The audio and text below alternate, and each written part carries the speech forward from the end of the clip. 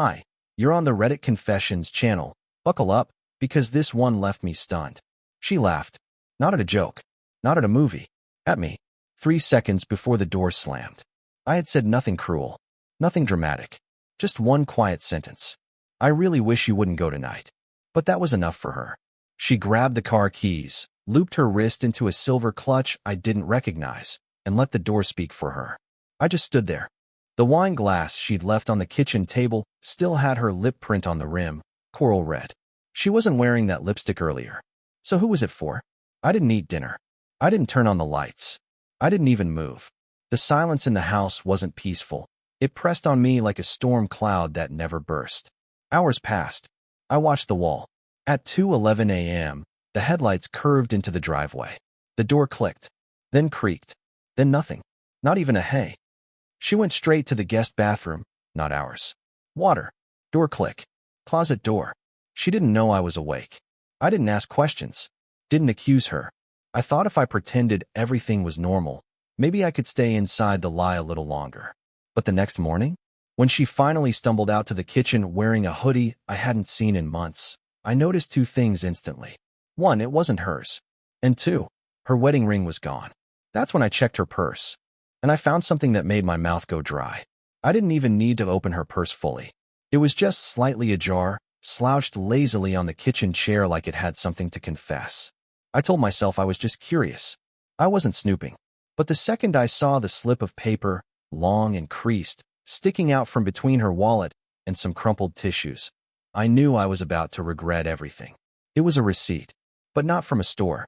It was from a hotel. Timestamp, 11:38 p.m. Room 213. One night stay.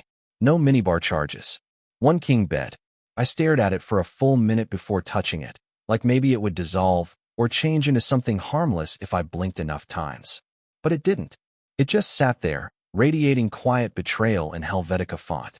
She walked into the room just as I was folding the slip back in, eyes still glued to her phone, hair damp from her shower. No wedding ring. Just a smirk like the night had been nothing more than cocktails and harmless conversation. "Why are you up so early?" she asked without looking at me. I mumbled something about toast burning. I don't even remember what I said. My hands were sweating. My ears felt hot. My throat had that tight feeling like you're about to cough, cry, or confess something you didn't do. And then she walked to the fridge, opened it, pulled out a yogurt, and said the one thing that made my skin crawl. "Last night was wild. I feel 20 again." She laughed. That same short laugh from the night before. But now it sounded sharper. Colder. Like it wasn't meant for me at all. I tried to speak. Tried to ask anything. But I couldn't form words. So I nodded. Nodded like a coward. She didn't notice. But I noticed everything. Her phone vibrating 3 times in her hand. Her quick glance at it before turning the screen down. Her biting her lip like she was replaying a secret memory. Her hoodie sleeves pushed up just enough to reveal a faint mark near her wrist. Not a bruise. Not a scratch. A hickey. I didn't say a word. I just stood there, spoon in hand, yogurt untouched. My wife had been in a hotel room hours before, without me. She had showered. She had removed her ring. And now she was standing 3 feet away from me, humming a song I didn't recognize, like nothing had happened. But something had happened. Something big. And I wasn't going to stay silent forever. I told myself I'd confront her that night. I even rehearsed it in the mirror like an idiot. "Hey, Marnie, found anything fun in room 213? But every time I tried to say it out loud, my voice would crack, or I'd blink too hard and feel stupid. I felt like a child preparing to accuse a parent of lying. She was too smooth, too calm, and I was unraveling. So I didn't say anything. Instead, I tried to watch her. Not in a creepy way. Just observe. I noticed how much more time she spent on her phone now. How she'd smile at nothing. How she kept checking the clock like she was waiting for something or someone. I caught her once muttering under her breath with a smile and then glancing at me like I was invisible. She never used to do that. She used to pull me into her world. Now I was standing outside it, nose pressed against the glass. Around noon, I noticed she had changed her phone password. That hit harder than I expected. She'd never locked her phone before, not in 8 years. And now suddenly, I needed her fingerprint or face to unlock it. I felt like I was being told without words, "Stay out. You're not welcome anymore." Still, I waited. Maybe she'd confess. Maybe she'd feel guilty and blurt it out during dinner. Instead, she said, "We're out of honey mustard." That was her entire contribution to our evening. I almost laughed. Not because it was funny, but because I didn't know what else to do. Later that night, she stood by the hallway mirror, running her fingers through her hair. That's when I saw it, another mark. Fainter, higher up on her neck, barely visible in the dim light, but unmistakable. She caught me staring. "What?" she asked, blinking. I panicked. You're glowing tonight." She raised an eyebrow. "Glowing?" I nodded like a fool. "Yeah, must be the lighting." She smirked. "Guess that's what a fun night does to you." Then she walked off, leaving me with that same silence again. I sat on the couch, heart pounding, wishing I had the guts to do anything. Say something. Scream. Cry. But I didn't. I just stared at the door like I was waiting for it to open again. Maybe with her walking in. Only this time, not pretending. But it didn't. That night, I couldn't sleep. And around 2 a.m., I heard her phone vibrate again. She didn't wake up. But I did. And I had a plan. I waited until her breathing slowed. That shallow, steady rhythm I'd memorized over the years. Her phone was inches from her pillow, screen down, charger slightly dangling, the cord twitching every time she moved. My heart was louder than my footsteps, but somehow, I made it. I held it like it might burn me. Tried her old password first, then her birthday, then mine. Nothing. But when I rested my thumb against the fingerprint sensor, it unlocked. She must have forgotten to delete me. Or maybe she thought I wouldn't dare. The screen opened to her chat app, some private one I'd never seen before. The icon was a soft orange circle with a lock symbol. And the moment it loaded, I saw the message. It was already there, bold, unread. "Last night wasn't enough. When can I see you again?" No name. Just a gray circle. No photo. But my lungs refused to work. My thumb hovered, trembling, as I tapped the thread. I shouldn't have. I know that now. There were dozens of messages. Late-night selfies, compliments, jokes I didn't understand, inside references about places I'd never heard of. And worse, photos. Not graphic, but intimate. One of her lying on someone's couch, wearing that scarlet dress, her legs tucked under her, laughing into the camera like she hadn't been mine just hours before. One message stood out. "Tell him you're going to your mom's next weekend. I'll book the same room." I stared at the words so long they stopped looking real. My fingers went numb. My ears rang. I almost dropped the phone, but I caught it midair, heart hammering. I backed out of the app, locked the screen, and placed it right where I found it. Then I walked to the bathroom, shut the door, and sat on the closed toilet lid trying not to throw up. I don't know how long I sat there. The sunrise was bleeding through the window by the time I moved again. I wanted to scream, confront her, pack her bags. But instead, I brushed my teeth next to her that morning while she hummed a song and asked if I could pick up oat milk later. Oat milk. She didn't know I'd seen everything. But I did, and I had no idea what to do with it. I thought maybe the worst part was seeing the message, or the photos, or realizing that someone else had access to the version of her I hadn't seen in months. But I was wrong. The worst part came the next morning when she curled up beside me on the couch and rested her head on my shoulder like she still had that right. She smelled like lavender shampoo, the same one she's used for years. It used to be comforting, but now it just made me feel sick, like her scent had been weaponized. I sat there stiff as a statue while she scrolled her phone with one hand and absent-mindedly stroked my knee with the other. I asked her, softly, "Do you feel okay lately?" She looked at me, confused. "What do you mean?" "I don't know," I lied. "You've been distant."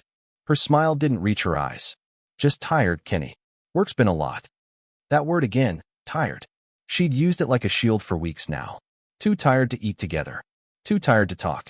Too tired for anything but her phone, her secrets, and that one-room number I couldn't get out of my head. She got up and said she needed to run errands. Told me not to wait up. That she might swing by her sister's place, maybe grab dinner with her. The lie rolled off her tongue like she'd practiced it. Maybe she had. But this time, I didn't just sit around. After she left, I went to the closet and pulled out the shoebox we kept old papers in, warranties, receipts, forgotten tax forms. Her passport was in there. So were a few old bank statements. And right there, sandwiched between expired coupons and a takeout menu, was the answer I wasn't ready for. A second phone bill. Not mine. Not ours. Hers. An entirely separate line I had no idea existed. Paid in cash at a kiosk downtown. Every month.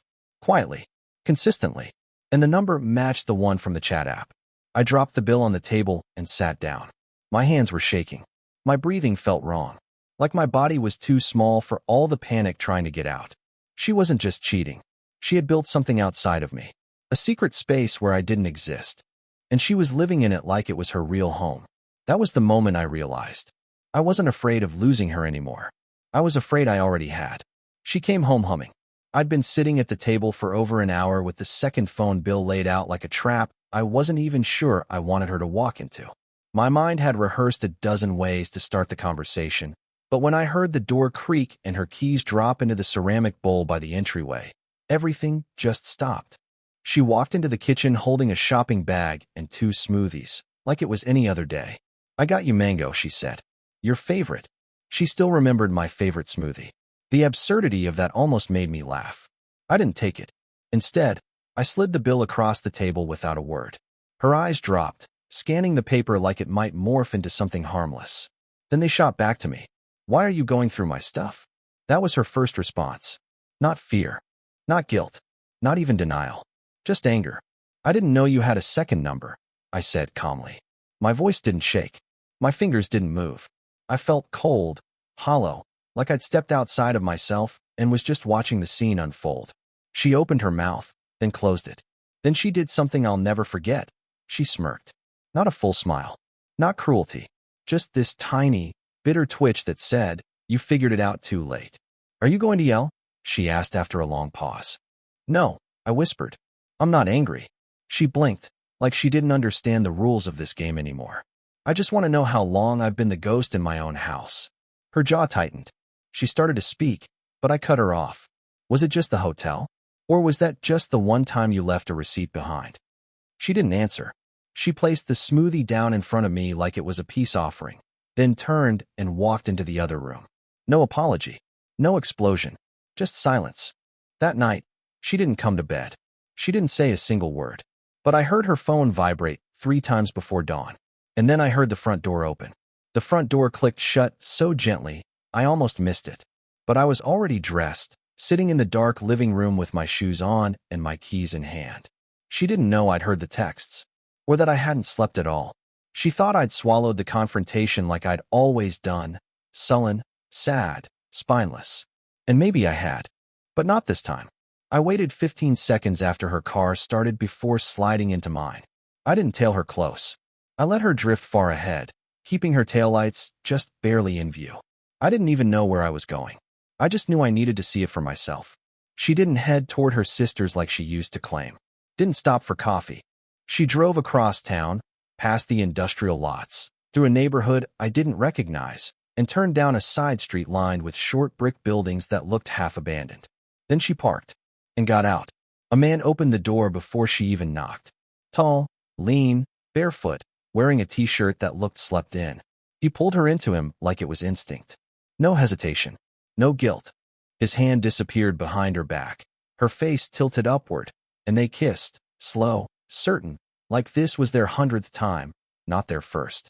I watched from a distance, parked crooked near a busted mailbox, heart pounding like it was trying to warn me off. But I didn't look away. I couldn't. I kept waiting for her to hesitate, to look over her shoulder, to check her phone, to even glance back toward her car. She didn't. She was home, and I was just the guy paying her mortgage. They slipped inside. The door shut behind them. I sat in silence, engine off, watching the front of that building like it might open back up and give me answers. But the only thing I got was a flicker of light from the second-floor window, her silhouette in front of it. Then his. Together. I didn't cry. That surprised me. Instead, I just pulled out my phone and took a photo. One. Blurry. Distant. Proof. Not for her. For me. Because the worst part wasn't the cheating. It was how effortlessly she erased me from her night. I didn't sleep that night. I drove home in silence, parked in the garage like always, walked through the front door like a ghost. Her perfume still hung in the hallway. Her coffee mug was in the sink, half full. The house hadn't changed, but I had. I didn't rage. I didn't pack her bags. I didn't print the photo or tape it to the fridge. Instead, I wrote a letter. Not a dramatic one. Just quiet truth. I told her I'd seen everything. That I knew. And that I forgave her. Not for her, but for myself. Because dragging her lies behind me like chains wasn't strength. Letting go was. Then I packed a single bag.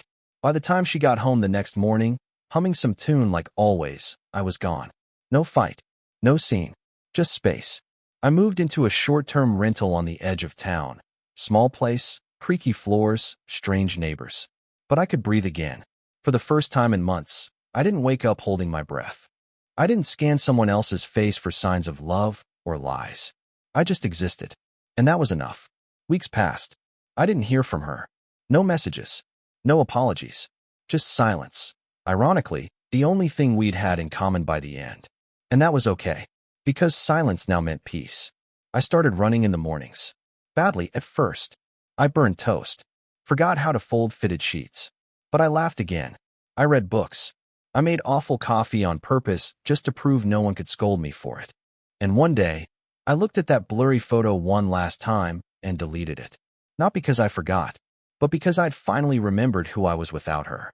Thanks for watching this story on the Reddit Confessions channel. Have you ever seen a moment in history where someone walked away from betrayal and built something better? Drop your thoughts in the comments. We'd love to hear your favorite real-life redemption stories. Don't forget to like, share, and subscribe for more.